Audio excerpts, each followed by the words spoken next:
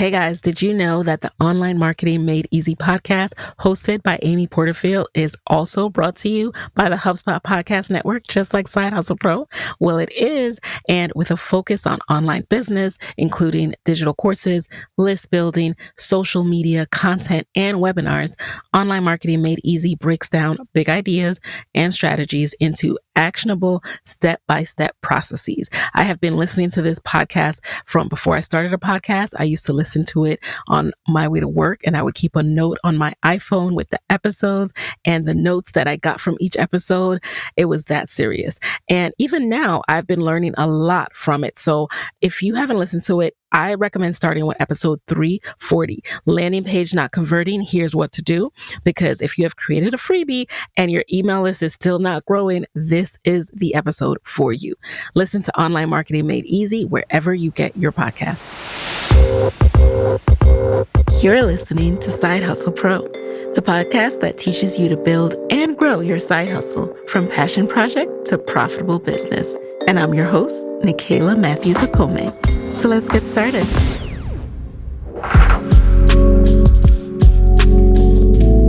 Hey guys, welcome back to the show. It's Nicaila here, and today in the guest chair, I have Trina Small. Trina is a full-time lifestyle influencer and founder of Supermom Culture. She's based in Atlanta, Georgia, and her pursuit to amplify the voices of motherhood began a little over a decade ago through her blog, Hey Trina, which chronicles her life as a mom and continues to serve as inspiration to mothers globally, reminding them that moms can still live their best life in this motherhood journey. As a blogger and an influencer, Trina has worked with brands like Kohl's, Disney, Walmart, Verizon, and more. The saga continues with the inception of her streetwear brand, Supermom Culture, which you may have seen all over social media, especially in the last 2 years. I know I did, and I bought up as much as possible. So Supermom Culture is an extension of her blog and love for fashion, but most importantly, motherhood. Supermom recognizes the superpowers that each mother has inside of her.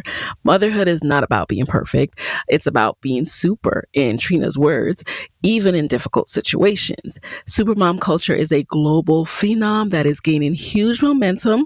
It's worn by your favorite influencers, and it has been featured on Good Morning America, The View, Black Enterprise, and Oprah Daily. I love my conversation with Trina. We had so much fun, as you will hear, so let's get right into it.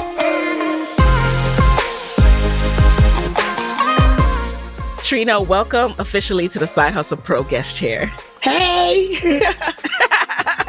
Thank you for being here. I'm really excited to chat with you. You're someone who I have admired from afar for a while. I have my Supermom gear. You know, when I became a mom, that was so just empowering for me to wear, like the hat, the t-shirt, all of that. And I need to know more about the woman behind the brand. So I understand that your initial career path was in logistics and with like trucking and trains. So tell me a little bit about that. How did you get into that? And how did that go? Okay. All right. Well, I'm Trina. I am so happy to be here. I feel like I'm on Oprah because I've actually wanted to be on your podcast forever. What? So when I got the email, I was like, yay! Like, what a way to start the new year. So I'm super excited about that. And that just shows me what God has in store for me. So I'm very excited to be here. So yeah, my career path is, when I tell people what I did full time, I was 23 years old working on trucks. I wasn't physically working on trucks and trains, but I used to coordinate the trains. So I knew where they was going, where they was coming, and like what was on them. Like I did all of that. And then I went into trucking, just regular trucking.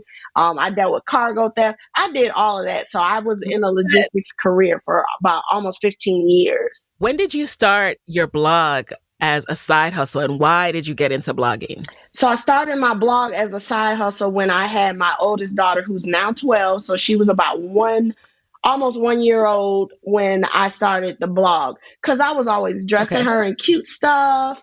And one day I was just like reading blogs. Of course, we're looking for information and stuff. And I saw this thing that was like free blog, and I just clicked on it. And then the rest is history. Here we are, like almost 12 years later, and I'm still blogging. And, we got Supermom now. We branched off. I got another child. Like, everything has happened in those years. But That's how I got started. And you not only got started, but your blog took on a life of its own, right? So what was it called at the time? And what do you think contributed to it taking off? Was it you, your personality, or just what you were talking about?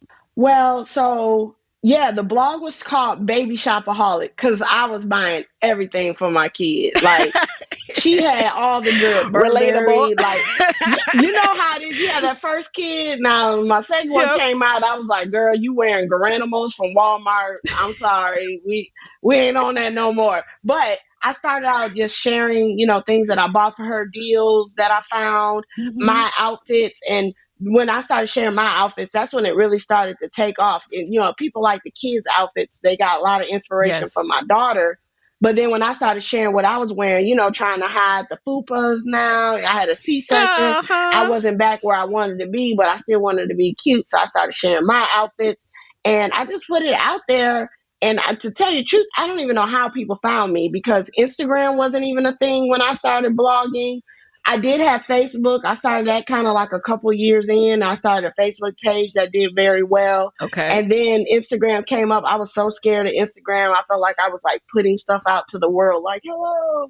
So I did. So that was a little nerve wracking. So I was kind of slow to Instagram. I think Instagram probably had been around for a few years before I even got on it because I was so scared.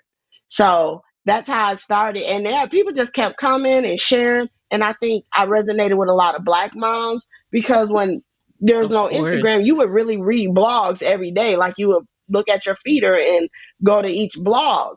And I would go and look, and there was no Black moms. So I was like, I want to see people that look like me, that got flavor and, having fun. Like everything was all about feeding your kids broccoli and homeschooling and all the stuff. And no hate, because I want that stuff too. But I like the whole Yeah. real deal. Like me and my girls went out, we went to this concert, we had a ball, da da da da da. Like people Yep. could relate. And I think that's what helped take Baby Shopaholic take off. But now that I don't have any babies, I have rebranded about 3, 4 years ago to Hey Trina.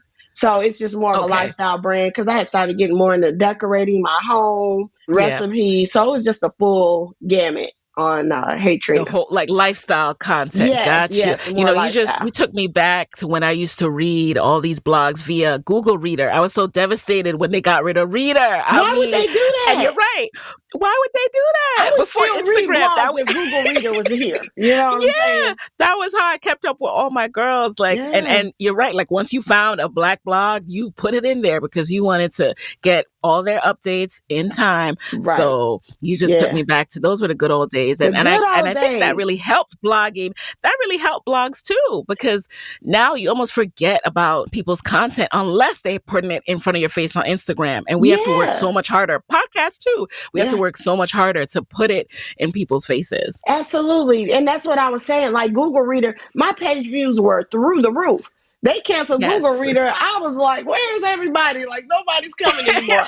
And I know I don't Like, go to guys, those I blogs posted. either. So how do you keep up with Hmm. them? So yeah, that sucked. Yeah. So you had to make a choice, though. At some point, you had to say, am I going to be a full time blogger, influencer, or continue with my logistics role, which you were killing it in? Yeah. Talk to us about how you made that decision to leave your corporate job. What went into that? Okay. So like after maternity leave and all that stuff and the dust settled, my company had did a little restructuring. So I ended up with a Okay. team lead. I didn't like, you know how that goes. And so I it know was how that like, goes. oh, this is really kind of what happened. So again, I didn't like my team lead, but then I was featured in Atlantan magazine or Atlanta. I was actually in both, but there's an Atlantan and an Atlanta magazine, and they had like a whole page on me with my daughter talking about our blog.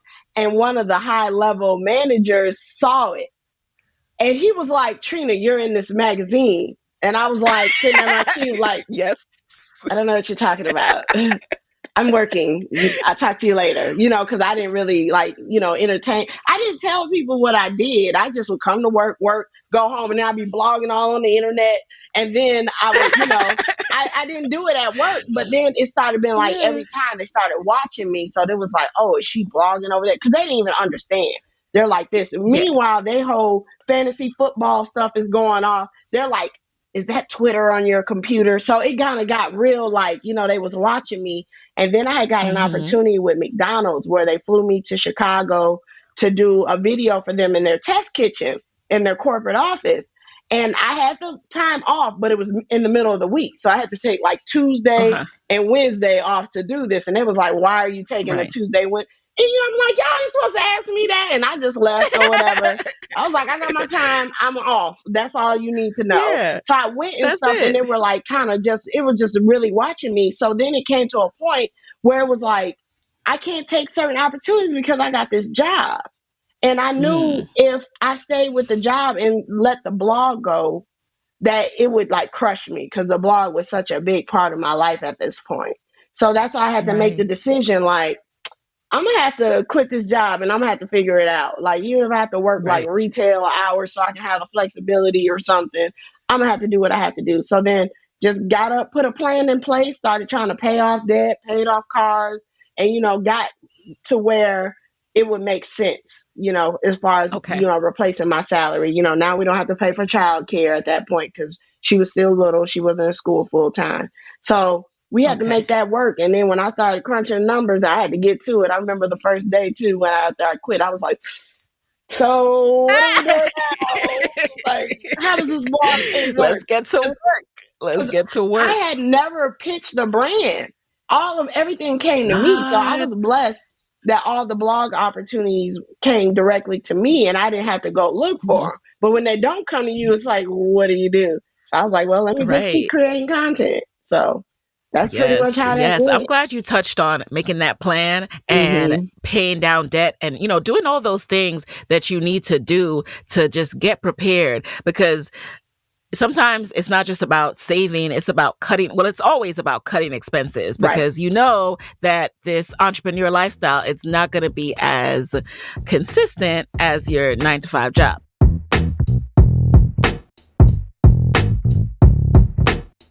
Now, at what stage did you start Supermom Culture? Okay, so Supermom Culture has actually was brewing while I was doing the blog because I wanted something cute. I was very into fashion Right? and I wanted to do something, but I just didn't know what to do. And then I was like, everybody got a T-shirt. I'm not doing T-shirts. I just wanted something fun that would represent, that made us feel good, that we could give to other people, and things like that. So I was really trying my best not to do a shirt. I was like, everybody got a T-shirt, but I actually love T-shirts. But I was like, everybody got a T-shirt. So I started out doing like aprons and bags. I was selling aprons and bags. So I was like, Aprons and bags. Oh, wow. yes, yes. Aprons. Who's wearing aprons? I don't know what I was thinking, but it was cute because it says "Oh Kale and all," and then one Oh, said like okay. "Fix It Jesus" and like meal prepping. It just had little fun stuff. So I Uh-huh. mean, they didn't do that good, but a few people It bought was a them. You know what start. I'm saying? Okay. I So like that we talk about the start because you have yeah, to so start this is the somewhere. start. So that's the initial store. It wasn't doing that well. The little reusable bags did good, and then I was like, you know what, bump it. I'm gonna do a T-shirt.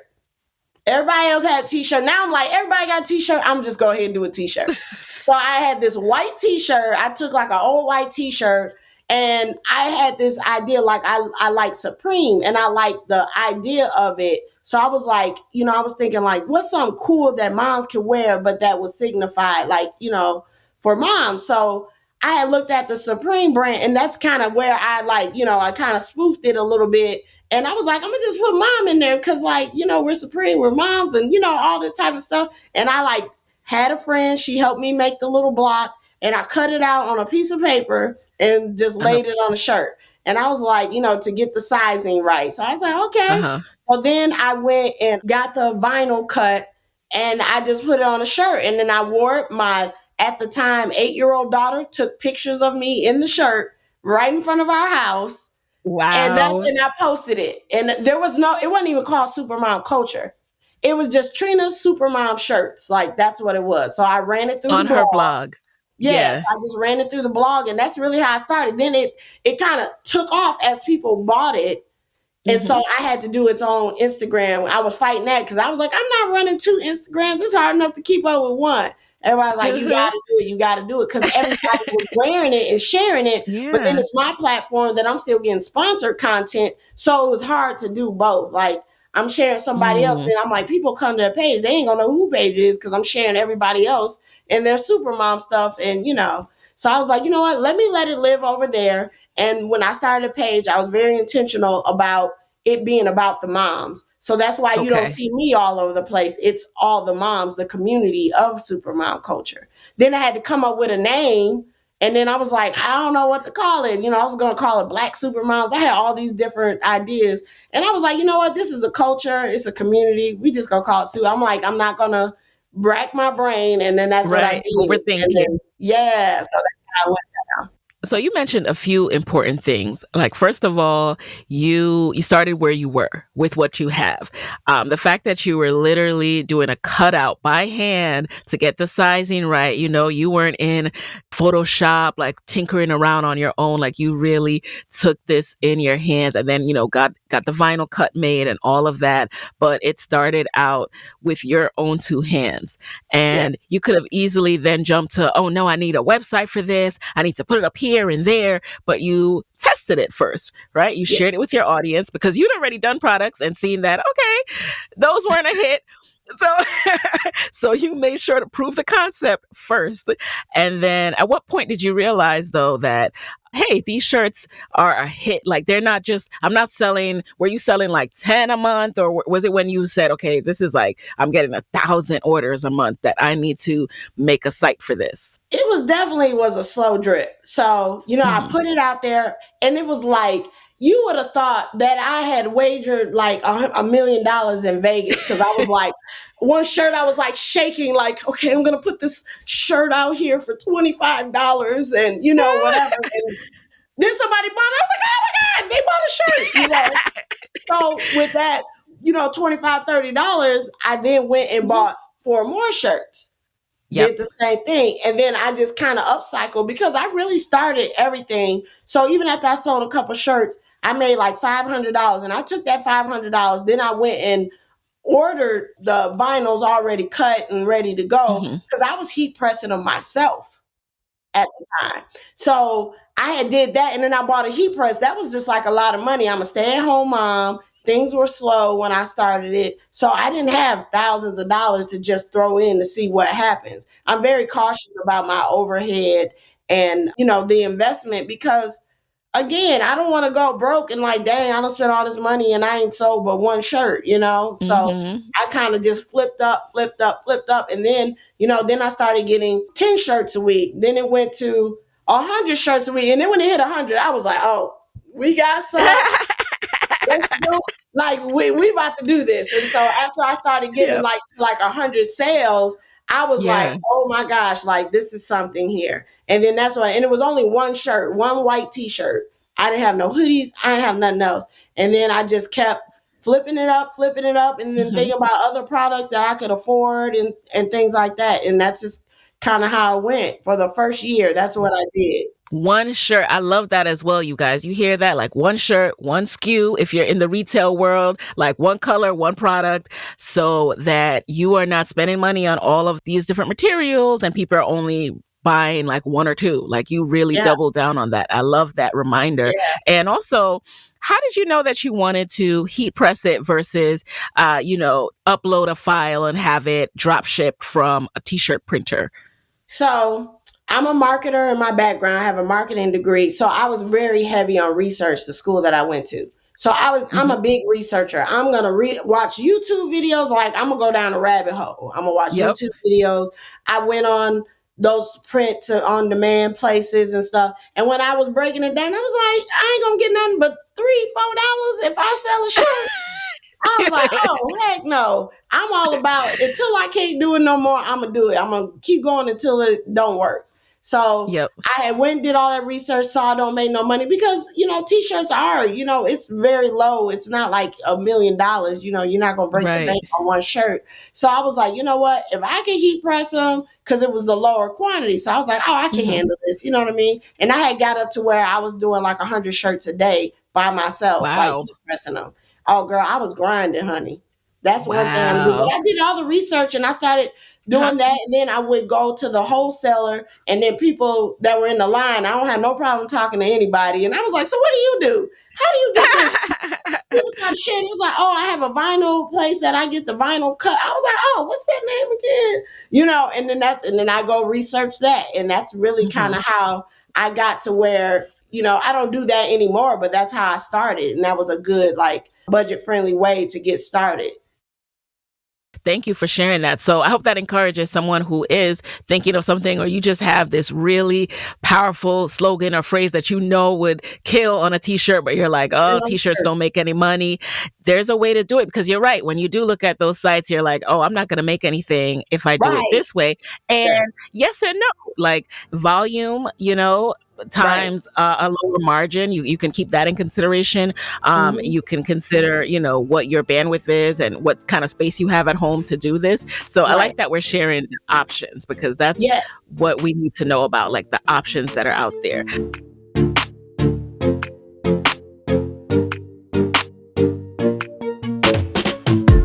How did you handle quality control? Because I know my hand is crooked. That's one reason why I don't do no DIY anything. Like, I cannot Girl. give you no straight line.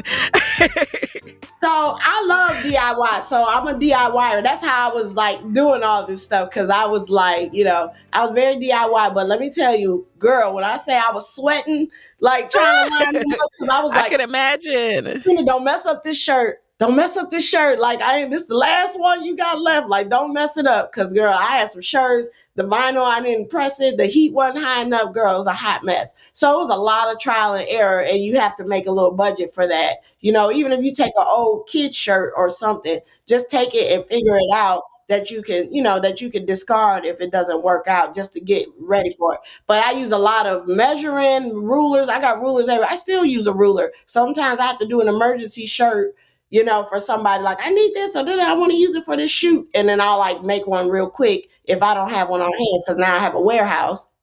So I have a lot of stuff in the warehouse. So I don't have a lot of stuff on hand. But if somebody needs one, I need to get it to them. It's easier for me to just do it. Ooh, okay.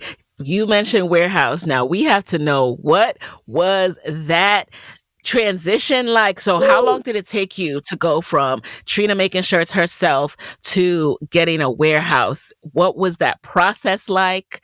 And when did you decide you were ready for that? Well, I almost didn't decide what they say, but I didn't choose the game chose me. So Good that problems, demand. Yeah. Yes. So that's kind of how it happened. So a little over a year into Supermom Culture, the pandemic started, right? So Ah, then the shirts yes. blew up. We did like a viral video. That's where everybody started doing the reels. Like, reels were kind of in, and TikTok and all that stuff. So a video went viral, and then like the sales just went crazy. But I'm like home and I'm like, oh my God, like everything's closed. I gotta get these shirts. So that's how it went. So I was still doing everything myself at this point, but we were moving Wow. a lot of shirts. Like, Hmm. it was hundreds a week at least, starting Yeah. off, which was like big for me, but I think probably even more than that, a few hundred, I should say. And then Uh-huh. out of the blue, I get this email from this woman that says, hey, I like Supermom and I bought some stuff or whatever. Have you ever thought about going on Good Morning America? And I was like, what you talking about, Will? Like, who are you? Why are you playing in my computer or whatever? So we set up a call. We talked to her. She was like, yeah, I do this. Da, da, da, da, da. I was like, are you serious? Like, the whole time I was like, are you serious right now? She was like, yeah. Yeah. She's like, okay, well, I'm going to take this to them and then I'll get back to you. So I'm sitting here like, okay, like, what does that mean? So Wow. then she comes back like a couple weeks later. She was like, they love you. They want you to go on this date. We need 10,000 shirts. Blah, blah, blah, blah, blah. I'm sitting in my guest bedroom with 300 shirts in a packed. I was like 10 with three zeros. Like, I'm like, let me understand what you're saying here. So Right. she said that. I was like, yeah, that's not going to fit in my house. And yeah, I can't do that by myself. So I'm like over here. So now I'm scrambling. I'm like calling everybody. I call my friend that she has a screen print. I'm just calling everybody. I was like, I don't know what to do. And, I was like, let's figure it out, write notes and stuff like that. So they was like, okay, you need this, you need millions of dollars in insurance, blah, blah, blah. Contract come over from ABC. I was like, yo, this is crazy. So then like people guided me to where I am now. So it's not my 100% warehouse, it's a fulfillment. So I have my own little Okay. section in the warehouse, and then they do all my shipping and receiving for me. So I went to them and I had a meeting with them. I was like, look, I don't know what's going on, but we got to push all these orders out when we go on GMA. And they was like, we down, we done them before. So they had worked with some Wow. other black owned brands. So this is the black owned Mhm. warehouse too. So they work with other black owned brands. So they were familiar with the process and stuff. So I was like, oh, good. So now I got to get these shirts. I had truckloads of t-shirts coming. Girl, it was crazy. I was like, are you What? serious? So that's how I was pushed into the warehouse. Like I had no other option. I'm sweating just hearing that story. We all have bad habits. I might shop a little too much on Amazon. What can I say? And bad habits tend to find their way into business too. From emailing clients at all hours or spending way too much time and money on legacy software that you heard about back in the day. Well, we are breaking up with bad business habits and breaking in new ways to bring our A game in 2023. HubSpot's all-in-one connected CRM platform can help you get there. It makes it easy to better connect your teams, data, and systems so you can better connect with your customers. Best of all, it's free to get started. Learn how HubSpot can help your business grow better in 2023 at HubSpot.com. You hear that? That is your sign to start selling on Shopify. Shopify is the commerce platform revolutionizing millions of businesses worldwide.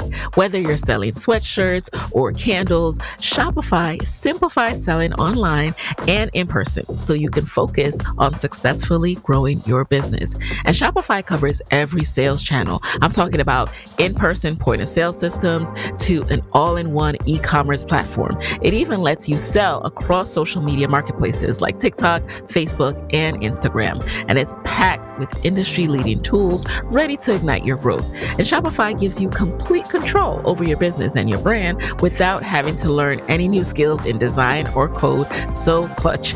And thanks to 24/7 help and an extensive business course library, Shopify is there to support you and your success every step of the way.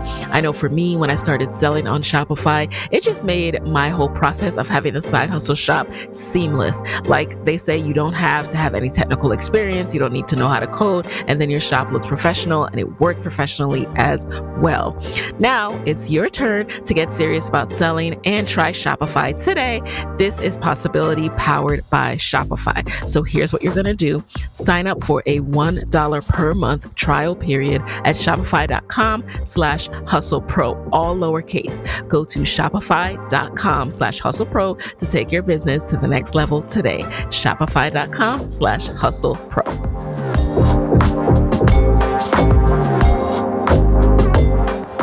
What does that look like from a financial perspective? That's the part that usually kind of makes me jitter a little bit. It's like you have an upfront financial investment to make Yes. to fulfill these orders, even though you're about to make a lot of money.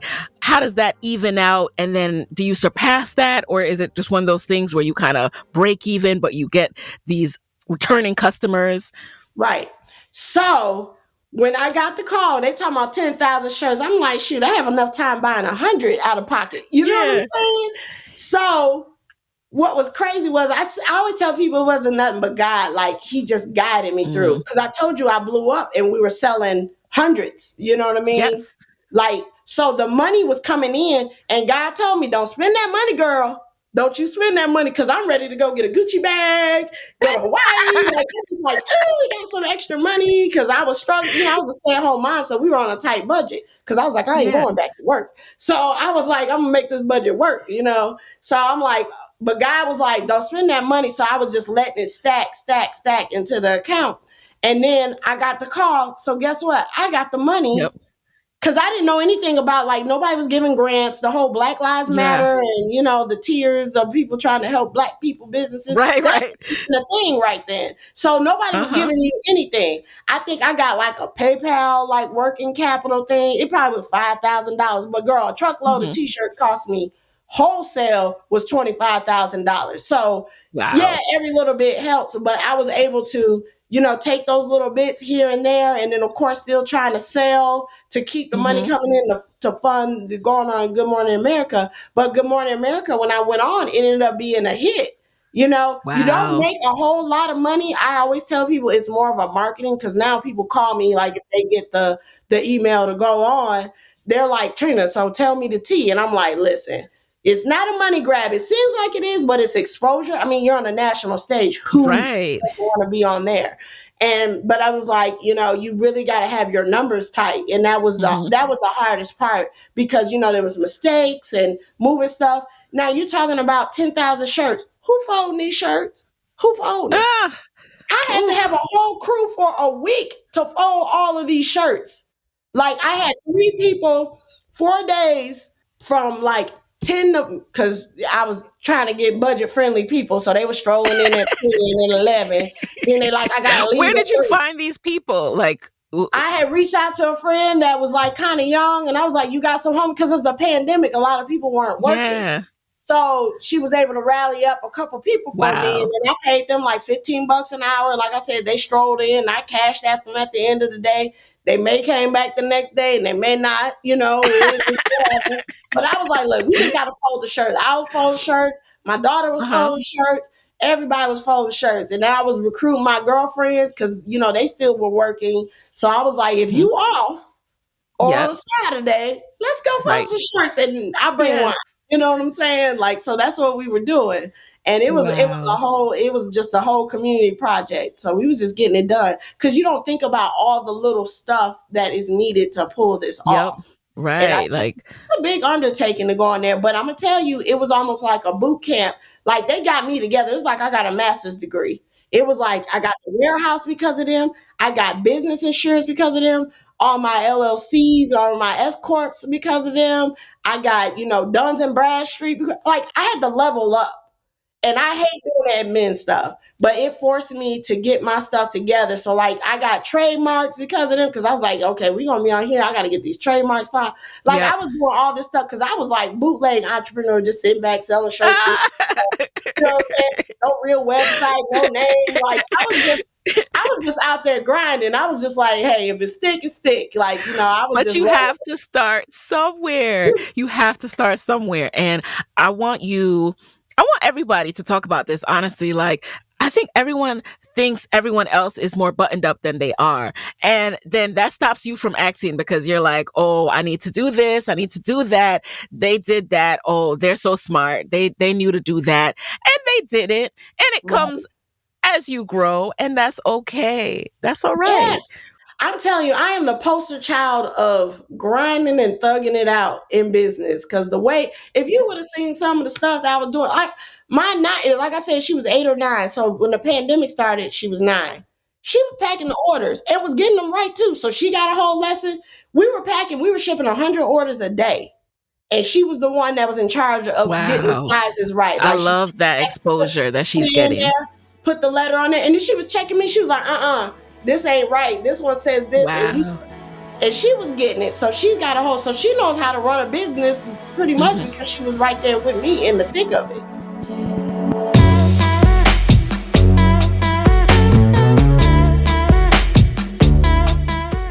If you were to start over again, though, I know that we talk about like you can learn as you go. Like, you don't need to, when you start out, have everything buttoned up, like LLC trademark. It's almost impossible to, because number one, you don't even know if you're going to use that trademark unless you actually start doing it. So Right. what are a couple of things, though, that you wish you had done sooner? I probably would have like maybe had sold some things if money was tight to bring more money in, because I worked way harder than I should have. There was things that I couldn't do now that I'm like, it really wasn't that much, but back then, $25 on something felt like a lot, at the time. So I'm like, I could have sold one of my old bags or something and bought a better machine or things like that. So I probably would have did that, just button up a little bit tighter. But to tell you the truth, I wouldn't change anything else with the process of everything that I did. Like, I don't need to go straight Hmm. to a warehouse. Even now, I'm contemplating. Sometimes I go back and forth. Like, do I just need to get my own little section and do the shipping myself when times are slow? Mm-hmm. But then when they pick up, then I'm like, man, where's the warehouse at? I need Mm-hmm. them. So things Got like it. that, I think it's a journey, and you just learn so much. So now you can't stop me because I don't went through everything. Like, we good. I'm Hmm. problem solving and everything like that. So I just take those as all lessons. I don't feel like, like, man, I really screwed up here. Yeah, I lost money on stuff. I would have tightened up on certain things, but it's all a learning curve. So now I'm like doing Yes. this stuff in my sleep. So I've been on Good Morning America 2 more times and The View, Nice. and I might be on Nice. there again. Yay! So I don't know when what this is going to air, so we'll know. right, right. This is airing this month, y'all. This is January, kicking off the year. New year, new Okay. blessings. Okay. Look out for your Now, girl. you have had so many different products since that initial t shirt. So tell us about how you know when to introduce a new product. Whew, girl, now that's a hard part. So you put it out there. Like, I don't really do sneak peeks. I like the element of surprise. But there were some things that didn't go well. I had got all these bucket hats made, and then I posted them. That thing got like 12 likes. I was like, dang, okay, Oh, now they filling the bucket hat. You know what I'm saying? Nobody spared it. Okay, because normally people be like, "Oh, Peter got the new sweatsuit. These things is God. I hot, could have told you that. girl." But I thought the bucket hat was cool. Everybody else wearing bucket hats. Why can't we wear bucket hats? Because I was thinking like beach or something. I was like, you know what? Y'all right. Y'all don't want to look like LL Cool J. It's all good. So scrap that. I got a bucket. If you want a bucket hat, I'll send you one. Yeah, I still got them. But, so it's like you just put it out there, and I'll start with, now the sweatsuits is definitely a gamble because they're expensive. hmm. I get them manufactured overseas, Oh, and wow. even just the sample. And I will say Hmm. that if you're doing anything overseas with a manufacturer, always get samples. I don't care if that one sample costs you $500 or $1,000. I'm so serious. Get a sample. Yeah. I had a Okay. whole run after they done made me thousands of sweatsuits. I had a whole new one coming out. And when I tell you they jacked the whole shipment up, I was Wow. devastated. And I had samples. Yeah. But it was only because I had bought thousands from them that they redid them. But now I'm another 30 days out because they Mm. jacked them up. So always get samples. And this was a manufacturer that and I had even gotten 2 or 3 of the one that I presented. I had already Right. had it because I took a photo shoot and I was like, Wow. okay, this is it. This is the one we're going to keep going with. Did a photo shoot and everything. And then they'll get the whole shipment. Girl, Supermom looked like my 7-year-old wrote it on the shirt. I was like, Wow. what's happening here? Like, y'all knew better. Y'all knew better when That's y'all folded stressful. these things. That's So stressful. that worked out. But, again, it's a lesson too. Like, how do you do that? Put enough time in just in case you get a Hmm. shipment. Now I go through, we inspect everything and make sure, like, I went through Mm. the whole thing. So, definitely do that. You got to get samples.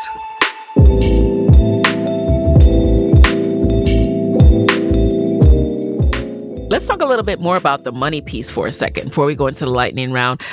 We always share here that a lot of people lose money in the first few years of your business. A lot of times you're breaking even or you're just making enough to reinvest in your business. The profit piece isn't always a given when you start this business. So what has been your experience with that? I done did it all. So when I was doing everything myself, of course, because I was the workhorse, I was seeing the money kind of pile up. And that was the Right. money that I reinvested to go on Good Morning America. And then the money I made from Good Morning America, I reinvested and started buying the sweatsuits and getting those manufactured. So Hmm. I've been basically reinvested. So your girl ain't got nothing. Okay. I ain't paid myself, you know what I'm saying? But I Yeah. just wear my clothes. But it's gamble. Like, it's hard. It's Hmm. hard to get to that point where you're really making that kind of money that you can really pull out for yourself and live a certain type of lifestyle, because it's all a grind, and you want to be mindful of the future and like what if things don't sell, because Black Lives Matter, everybody's sales were crazy, but then now it's not there no more, so now we got to go back and kind of reinvent the wheel. And then when I went on The View, I had added more products that I let them promote on The View, but that it didn't do as well as it did when I went on GMA. So Mm. I had to take a big L on that because I had like Wow. a couple thousand fanny packs.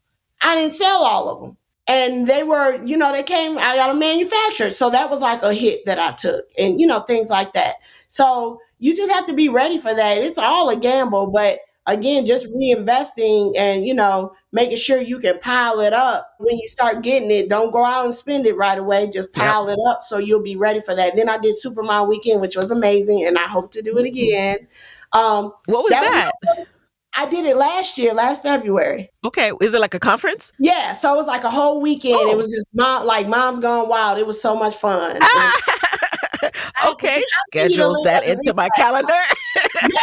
So I'm trying to do it again. I had a crazy year, so I'm Uh-huh. back, and we're gonna get it together and stuff like that. So I'm just in talks with sponsors Yeah. and stuff. Take your time. Take Yeah, your but time. Yeah. that was a lot because it's like my name is on it. And one thing I'm not gonna do is half do something.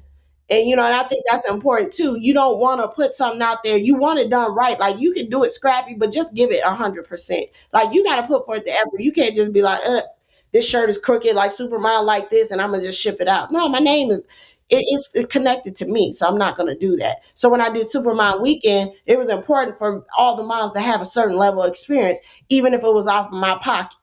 So I'm, flying people in. I'm getting this. I want to make sure these goodie bags and stuff. Like when people didn't come in, they were like, "Oh, I only can send you this many." I'm like, I'm gonna buy the rest because I want it to be a whole experience. I want everybody to Right. have what we're giving them. I don't want half the bags to have this and half the bag. I'll just pay you for the rest of them. Like I was doing stuff like that because I just wanted to be a full blown experience. And if they were like, "Oh, we need an extra," person serving so it'll go off right and things like that. So I just was like, I was bleeding money at this point. I was like, I don't even care no more. Just make it good, because I wanted Yep. that Yep. experience. People spend a lot of money to get here, a lot of money, Hmm. to be in the building. And I just wanted them to get the experience that they deserve. That's why I haven't done another live event yet. Cause I'm like, I too just want I'm like, no, I'm flying you in. I'm paying for this. You're getting Yeah, this. And so it is a whole beast, it but is. that's exciting. We'll keep our eye out for the next one. Cause that sounds really, really Yes. good. Oh my God, it And was we know, amazing. well, if you don't know Trina, if you follow her on Instagram, you see that she's very fun. Like I want to be your friend. I want to go party with you. It is. Look, I hate to say it, not to toot my own horn, but I'm a vibe. Like I'm always gonna have. You seem like a vibe. I remember you posted some story. I think you lost your phone in an Uber. I'm like, now we're not supposed to still be losing our phones. Dude, I'm a girl. I'm 40 something years old, losing my phone in the Uber. I get mad at my daughter for leaving her phone Oh somewhere. And here I am my doing the same God. thing. You know what I'm saying? I'm going to grow up one day. All right. So before we get into the lightning round, I want to know how you handle the emotions and the mental piece of entrepreneurship of, like you said, like having high seasons, having low seasons. Like some people might be expecting, oh, you did this and that. You must be balling now. You're living in a mansion. You doing this, you doing that. Like, how do you deal with the reality of entrepreneurship, staying in your lane, and the highs and the lows? It's hard, but I think the biggest thing for me is just having that mustard seed faith. Like you just have to have faith. I did it before. I can do it again. You know what I mean? It's experience. I know how to do Yep. this. I know how to ride a bike, so I can continue to ride a bike. I might have to Yep. practice a little bit. And so I kind of do it like that because it is hard. You're all over the place. You seeing everybody else with success. I'm not a jealous person and I like to Mhm. celebrate other people, but you do be like sometimes like, man, I just need something to pop or hit again. You know what I mean? Because I got all this going on. I'm a newly single mom, so I got a lot on my shoulders now. Like I can't play no games anymore. Like this is Mhm. real life. Like I got to get to the bag. But I just have to have faith. God provided for me before. He's going to do it again. So I just really have strong faith and knowing that things are going to work out. And that's kind of how I move. And then speaking of working out really helped me a lot because it's like you work out, you're able to clear your mind, and you feel strong and you feel like you can really take on stuff. I don't know what it was, but I feel like working out in conjunction, as busy as I was, I would go to the warehouse after the gym. Like I was crazy. Like I gotta work out. And it got me in my mind right. Like, let's fight. Like we got it. Like we can do this. And I would just keep on going with my day. So that was a big thing that helped me out too.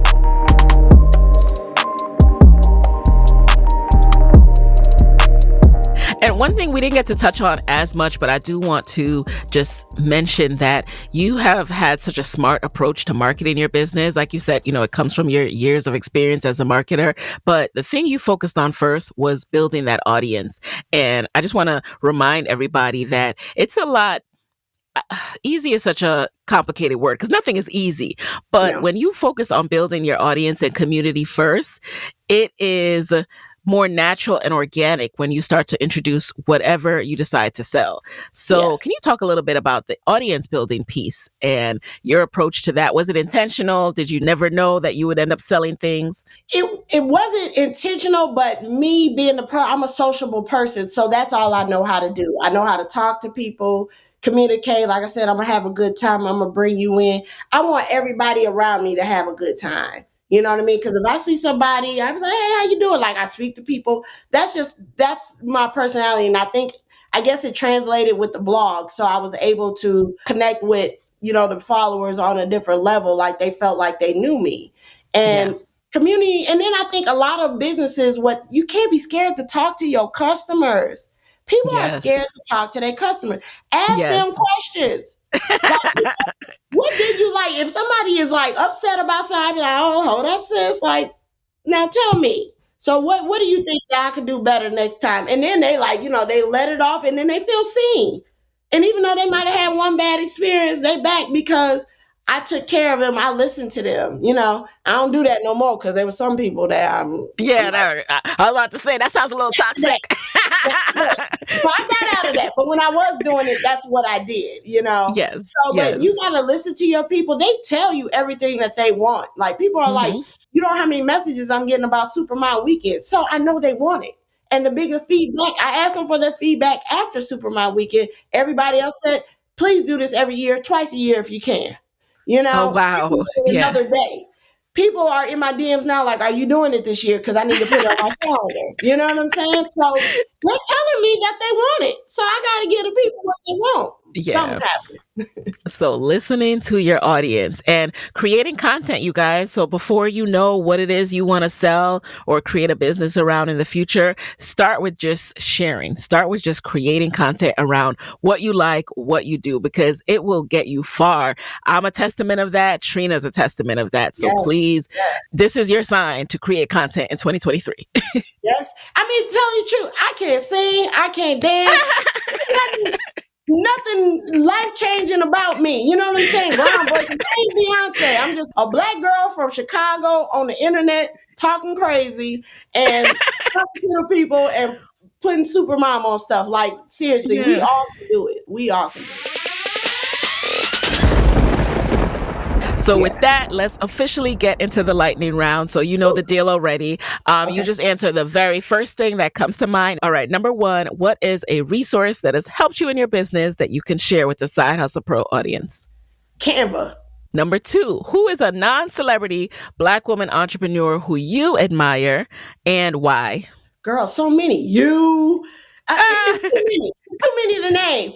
I know people that have went through trials. So Chantel or Play Pits, I know she's been on Yes. here, and Tiffany from Latch to Hook. Those two, the Oh, perseverance yes. they have is incredible. Follow them. Oh my God, Amazing. amazing Number women. three, what's a non-negotiable part of your day? Working out, I try to schedule around my workouts. I want to Okay. be cute. I'm Yeah. single. I'm single. That's Number four, what's a personal habit that has helped you significantly in your business? I think running my mouth. I think, well, Love- okay, I think finishing or Mhm. focusing on one thing and getting it done. And then finally, number five, what is your parting advice for fellow women entrepreneurs who want to do their own thing and be their own boss, but are worried about losing their steady paycheck? Just jump off the cliff. You got to. There's no other option. I know that sounds scary, but you're gonna be okay. Like that's where that faith comes in. Now don't do it. I Mhm. mean, do it while a side hustle, but Right. just do it. Just start. Stop. I can't stand when people are like, oh, I gotta get this website. Like you were saying, I gotta do this, I gotta get an LLC, a trademark. What if I trademark Baby Shopaholic? I ain't done Baby Shopaholic in a long time. Now we Right. trademarking stuff, the stuff that sticks. You know what I mean? You'll know when it's Mhm. time. So you'll know when do it's it. time. Do it. That's Do it, it. y'all. That's it. I'm not going to add anything else to that. That's it. Trina, thank you so much for being in the guest chair. Where can people connect with you and Supermom Culture after this episode? Okay, so you can follow us on Instagram. It's Supermom Culture. It's so fun over there at Supermom Culture. My personal blog is at Hey Trina Small, and the website is supermomculture.com and at heytrina.com. And I will link to all of those in the show notes. So there you have it. And with that, I'll talk to you next week. Hey guys, thanks for listening to Side Hustle Pro. If you like the show, be sure to subscribe, rate, and review on Apple Podcasts. It helps other side hustlers just like you to find the show. And if you want to hear more from me, you can follow me on Instagram at Side Hustle Pro. Plus, sign up for my 6-bullet Saturday newsletter at sidehustlepro.co/newsletter. When you sign up, you will receive weekly nuggets from me, including what I'm up to, personal lessons, and my business tip of the week. Again, that's sidehustlepro.co/newsletter to sign up. Talk to you soon.